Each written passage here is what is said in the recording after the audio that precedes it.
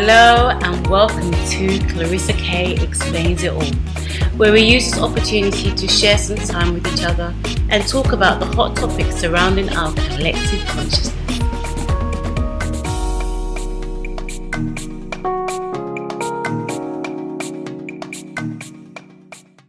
Hello and welcome. I'm Clarissa. Thank you for joining me when we get the opportunity to share some time with each other. And I have a beautiful guest, Lynne. And here she is. Hello, say hello, Lynne. Say hello. Hi, everyone. Hello. So, Lynne, tell us about yourself. Okay, so my name's Lynne Webster. My business is Baby Bamboo and Beyond. And I've had this business now since 2019. Before that, I worked for British Airways for 20 years. I had to stop because my son got very poorly. He was diagnosed with what turned out to be 2 brain tumours in the end. So obviously I had to come home. So I walked into another job with my feet firmly on the ground so I could make sure I was here with him. But I've always wanted my own business. Nothing has really fired me up. Nothing's given me that impetus, and I felt passionate enough about it until I came across the business that I'm doing now. And I love the business that you have because it's sustainable. It promotes organic living. It's just, Baby Bamboo and Beyond. I've bought your products, the whole range. I had to. And you had that you've got organic pads that you can use for facials, and then you've got the brushes, the whole bamboo makeup brush set. Literally love it, and then the cloths as well. So I'm just loving the whole range. So it's quite a change, isn't it, to go from working in travel then to having your own business, and because wanting to leverage more time to be with your son. So how did you transition into creating your own business? Well, like I said, I've always wanted my own business. And actually, while I was flying, I did actually have my own business. I had a cafe that I ran as well. I'm one of these that has to be doing something all the time. People say to me, how do you fit it in? But that's what makes me tick. I have to be. I don't just do it for myself. I do it for the whole family. And I know that if I stopped and I didn't keep going at 150%, then I think we would suffer, because it's what keeps me going. It's the impetus that gives me the momentum and the motivation to keep going. So the transition from this was quite weird, really, because as I said, I left British Airways and I walked into the civil service, which is it's a great job, and I'm actually still working there as well, full time as well. But it was stable, good pension, and at that time I had to think about my family and my son, because obviously I'd been very, very poorly. But whilst this was going, my head was still whirring. I was still thinking, I need to do something else. But like I say, nothing really sort of fired me up. But then we had a talk from a GP at work, and it was a lady who was talking to us ladies of a certain age that were going through the menopause. And one of the things that we experience, a lot of us, is hot sweats. And she was saying, oh well, we suggest like bamboo pajamas and bamboo bedding. And then she started reeling off all the advantages. Now, I knew a little bit about bamboo, but it was like a light bulb moment. I was like, wow, I can do something with this. It's sustainable. Straight away I got this vision in my head of this brand that I was going to get going, and I was going to have swaps, really. But my idea was to make affordable swaps. So from, like you mentioned, the bamboo cloths and the bamboo pads, what they are is a swap from these single-use throwaway wipes that people use. They use them once, put them in the bin, or either the bin or the toilet, and then they end up in landfill or the ocean, which is horrendous for the environment. And not only that, it's not good for your health, because a lot of these wipes, I'm not saying all of them, but a lot of these wipes, when you put them on your skin, you don't know what's in them, and that's got 26 seconds and it's in your bloodstream. So you don't know what it's doing for your health. It's certainly impacting on the environment, and it is actually costing you a lot, because you buy these things, you're throwing them away. My idea there was something that you could use over and over again, good for the environment, good for your health, and good for your purse at the end of the day. My initial product was the bamboo cloths, and they've just been phenomenal. They've been a runaway success. And from there, I was then like, what else can I do? What else can I do? So I started off with 2 products. I've now got over 15, and everything is branded, and everything is either not made of plastic, reusable, washable, biodegradable. I've gone into like different products now that still have the same ethos. So everything that I do has still got that same ethos. And I'm so excited. It just excites me. It's great. It's great because obviously we do see this trend about eco living, sustainable products. It's becoming more, it's becoming more of a need, because before it was, it's a bit of a niche, but now everybody's having to take responsibility of their walk. And so it's really, really good to see that you've been able to just see that it's a success. I love it. I love it. And bamboo is, it's so underrated for its usage. I know, yeah. And what my main thing was affordable, because a lot of people would love to do this, but a lot of products out there are so expensive. They're eco, but they are so expensive. However, and I knew from my research that I could make these things, affordable. So people could like spend a couple of pounds for a cloth. Yeah. I mean, I use the pads and I just put them in the washing machine. They literally come out brand new. Yeah. I love it. It's so good. And bamboo grows so quickly, so a definitely affordable means of use. Yeah. So it's brilliant. You say you're very busy. You've got so much going on. You've got 8 hands, honey. So I need more. I need more for it. So I know you said, you feel like you've got to be there for your family. You've got to do these things. But what do you think this innate drive is from? I don't know, because I've spoke about my mum and my dad about this quite a lot. My dad sadly is no longer alive. However, and I don't mean this derogatively, but my parents were just sort of happy with the life that they had and didn't really have the drive. My dad had a normal job, my mum had a normal job, they brought up a family, and that was enough. However, my mum said that my dad's mum was very like me. She was a bit the same. She was always looking for doing something, and she was very creative, and it seems that it's skipped a generation and it's come to me. It is a thing we discuss quite a lot. My mum's always going, I don't know where you get this from. I don't know where you get this from. But it's a generation thing. And I have always been like this from when I remember doing a paper round at 10 years old. Then I was like, I'm not just happy to be going on my bike. I want to be doing things. I want to be earning a bit of money. And so it's been from a very, very early age. Yeah. Very early age. Yeah. I think it's good because, in your life, you are doing so much. That means there's dependency on you. So this is another way to balance that and to be able to have your own independence, the things that you want to yourself, retain your personality, your character, who you are. I think that's brilliant. So, so we're in 2021 now, and we did think it was going to be a different year from 2020, but there is some residual coming in. There is still some things there. So, what do you think you've learned from 2020 and maybe 2021 as well, or maybe it's continued? It's a difficult one, this. I've recently had an interview for something else, and this was one of the questions that was asked, like, how has 2021 affected you? And I feel quite humbled sometimes and a bit sort of sad, or not sad, but because I see what it has done for a lot of people in 2021 and affected them in such a horrendous, bad way, health, business, etc. But the opposite has been for me. And I do sometimes feel guilty about saying that, because it's worked in my favour. I now work from home in a full-time job. That's enabled me to look after my son as well, who needs a lot of help. And it's also given me more time, because I'm not travelling as much, to work on the business as well. I've had more pockets of time where I can do things. And because I'm mainly an online business, obviously, the online business has boomed last year. So for me, it's been really, really good. And like I say, sometimes I feel really bad about saying that, because it's I know a lot of people that have, really had a bad time of it. But no, it's been good for me. But it has taught me people are very different. It's opened my eyes a lot with a lot of people. It's made me more tolerant as well.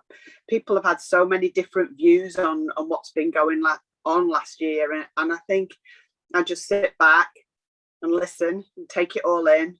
Don't pass judgment. You found people have been nasty and things like that. And I just think, it's not the time to be doing things like this. You've got to sit back and just let things go. Yeah, I agree. I think 2020 experience and 2021 is because people need an outlet, for the frustration that they're feeling. It goes into the main narrative, whatever that is, and they choose a side, and then they have to interact with how that feels. But really, when you close the doors and in your own home, you can only focus on what you actually feel. So I think we've done that a lot, to expose people to their own emotions, how they're feeling in certain relationship settings. So, and we just move it forward. So you've got this wonderful, wonderful business, it's a sustainable business. So let's just talk about what does your business, not just in terms of products, but what do you think it offers as a solution?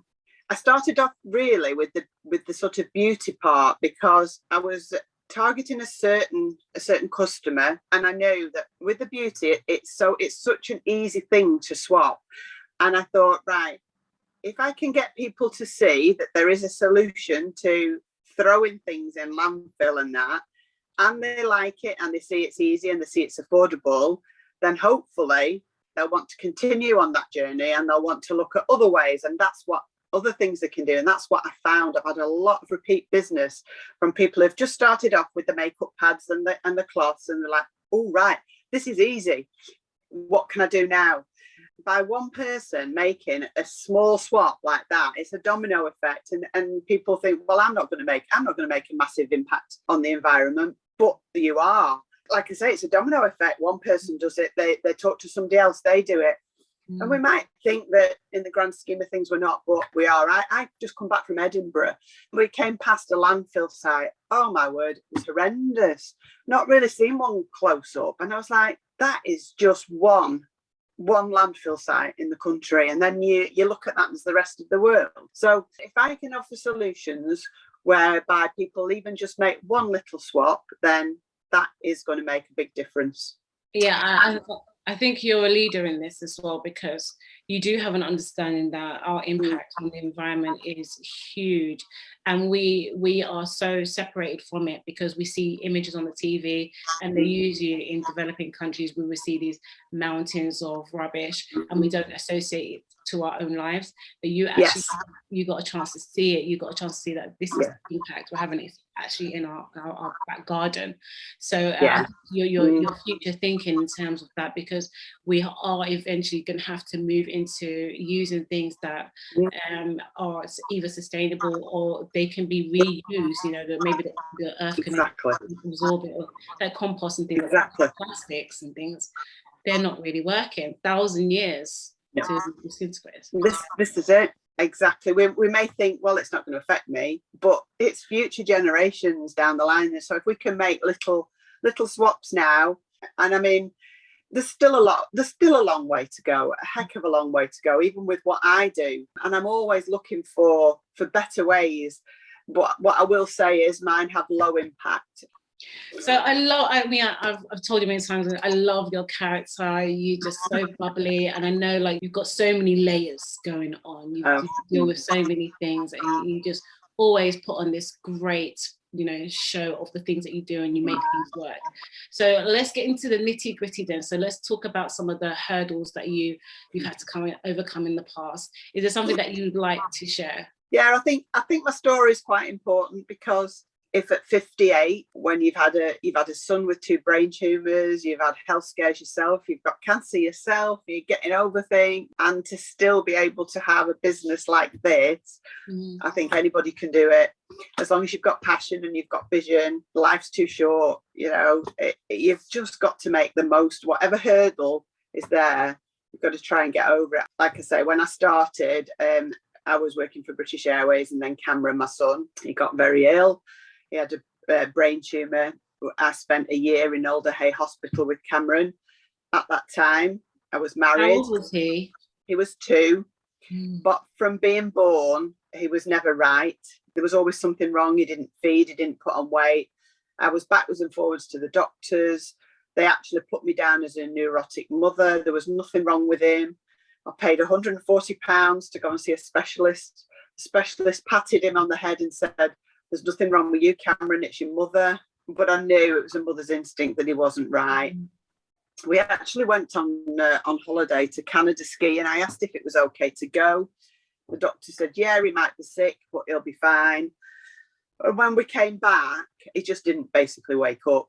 So he was rushed to hospital. Like I said, didn't wake up. And at that point, to cut long story short, the doctors blue lighted us up to Alder-Hey Hospital, and he had an hour to live. They found that he'd got hydrocephalus. So, you know, it built up a fluid in his brain. And then the next day, when they went to find out why that was, that he'd got this brain tumour that was the size of an orange in his head. So they took that out. He was on life support 4 times. He didn't respond. He had chemotherapy on life support. This child, it was amazing. But this child is now 20. Yeah. They told us he wasn't going to live. He's now 20. He's deaf. He's got special needs. He can't read. He can't write. But he's amazing. And he's here, and he's testament. But I think he's got his determination from me. 100%, honey, definitely. That is amazing. You just, oh my heart so much, because he's 20 years old. This has been part of course, it's part of your life, it's part of your story. It's so amazing that you've been able to, just be there for him, and still be strong for yourself as well. And tell us a little bit about Cameron. Well, he's the light of my life. He went to special school. He's after that brain tumour, he got another one as well, and he had a stem cell transplant. He had chemotherapy, he had radiotherapy. It was actually the treatment that made him like he is now, with the brain damage. But other than that, if we hadn't done that, he wouldn't be here. But he's so funny. He has got this amazing personality. He's deaf. He reads lips. He does a bit of signing, but he is just hilarious. And anybody that meets him, he touches them. I know his dad. I mean, I'm not with his dad anymore. We divorced a year after he came out of hospital. But his dad used to say, everybody that meets Cameron, he touches them, and he does. There's so many people know him. They know Cameron Glenn. They know him because he's just hilarious. He really is. But he's little as well. He's got stunted growth, so it comes across as this cute little naughty boy. But he's 20 at the end of the day. But is amazing. Yeah. He never ceases to amaze me. He doesn't. He's the light of my life, and he's funny because he's funny with my business now. He if I'm doing my deliveries, he'll come out with me and he'll knock on the door and deliver it. And he calls it because it's baby bamboo and beyond, and it's the 3 Bs. And he also calls them the panda cloths, which I find quite endearing. He's got the association with the bamboo. Yeah. Are you delivering your panda cloths? Yes, I am. That's so cute. That's so cute. I know it is. And he must be really, so obviously he's very supportive of what you do. He loves you. He does. Supercharged energy, and it's probably giving him the strength to know that through everything you just continue. So how do you think it affected your relationships? Do you feel like it took a strain, because you mentioned that you separated from his dad quite early? It was really hard, and I suppose a lot of the time I tried to do everything on my own, and I probably did alienate a lot of people.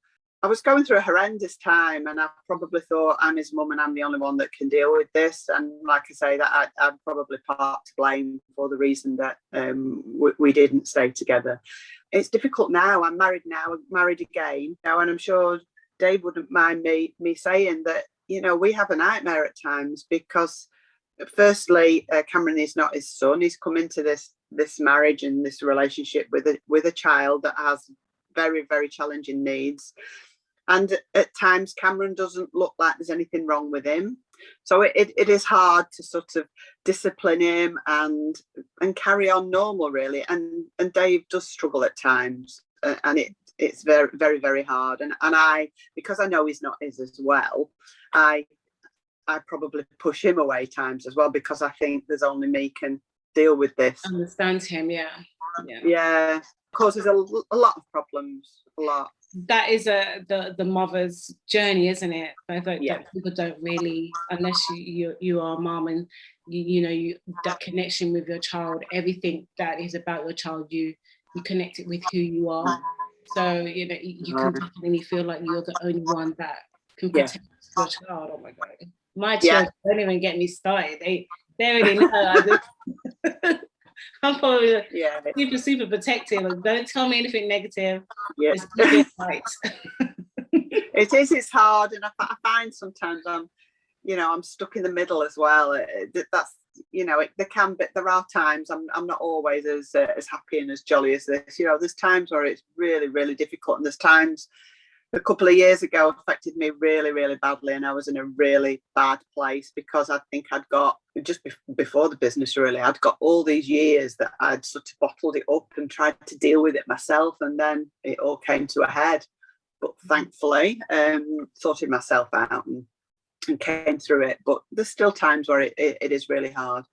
Yeah, I think you have to, if you're that type of person that doesn't express, that you put it all in your actions, there's still that emotional reservoir that has to be explored, so it builds up, comes out. I think that's good to be, at least you had the opportunity to express instead of keeping it contained and keeping you held in that emotional feeling. Yeah.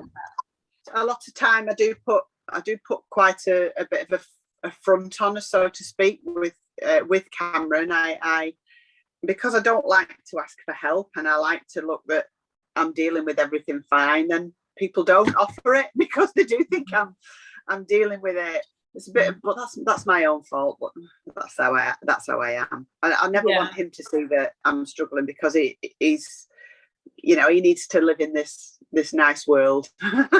Yeah, so I completely understand. You've sacrificed part of what you need emotionally to give it to him, to ensure that he has the best life possible. And I love that. Like, I admire you so much, because you're so strong. Yeah, so strong. So what about yourself? What things that have you overcome? So you've got situations around you. So what's next for you, do you think? The business is at a point now where it needs to expand, but to do that, I have to put more time in. So I've run it very, very successfully for, the last 18 months. To get it to the stage it is now, to expand, I need to spend more time.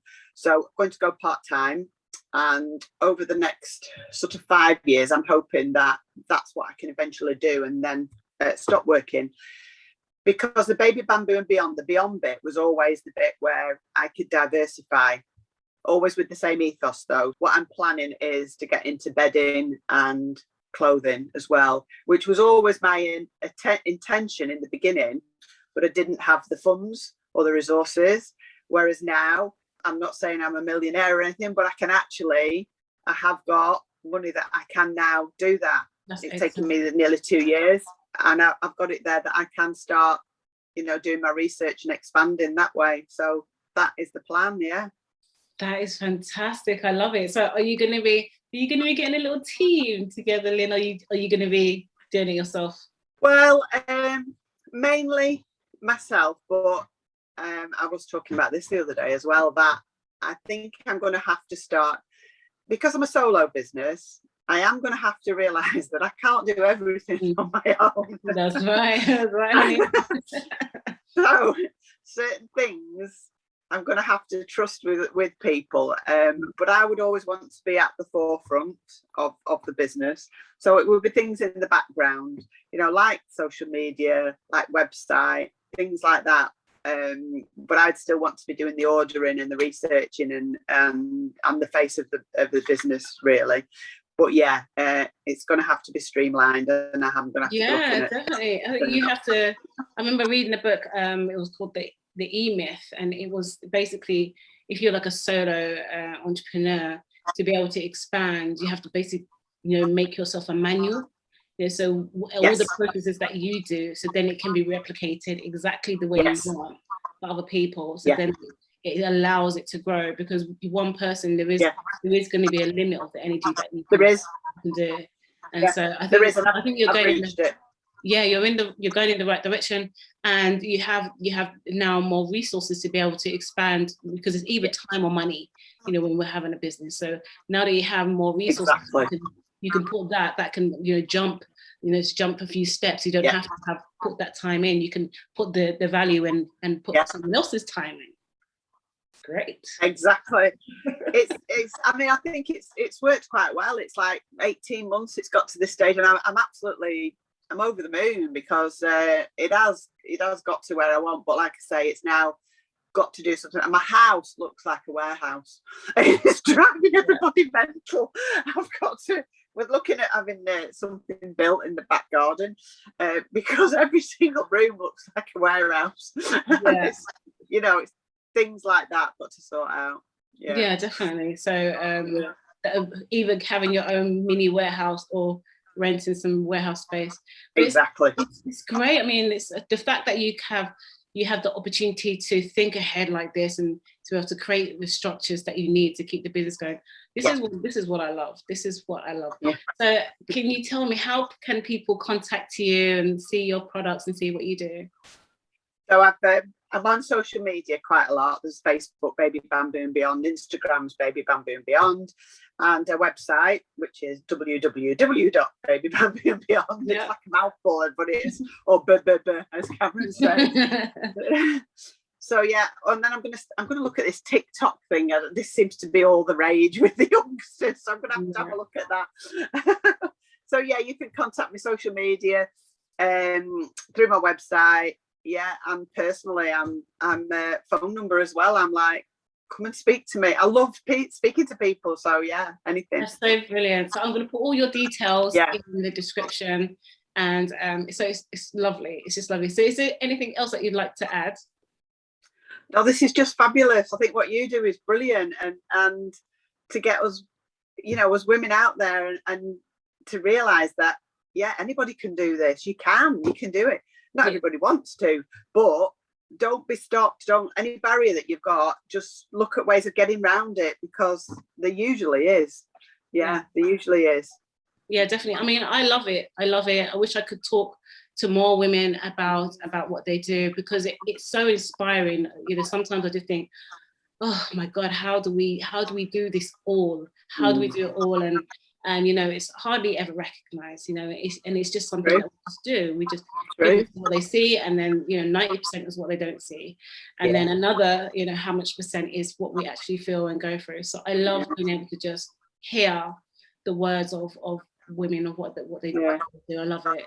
So my aim is to just keep pushing what women are doing, obviously pushing myself as well, trying to grow my channel, and just get people involved and see how amazing it is to be a woman in business, but also to remember that the woman behind the woman in business has so much going on.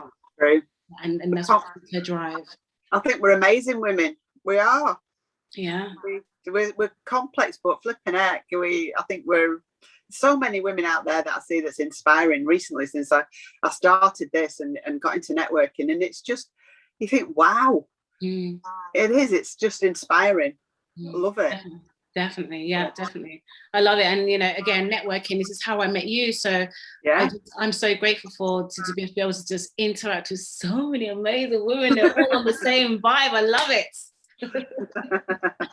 So thank you so much, Lynne. It's been amazing talking to you. And if you love our connection, please share in the places where you care. And until next time, take care. Bye. Thank you. Bye.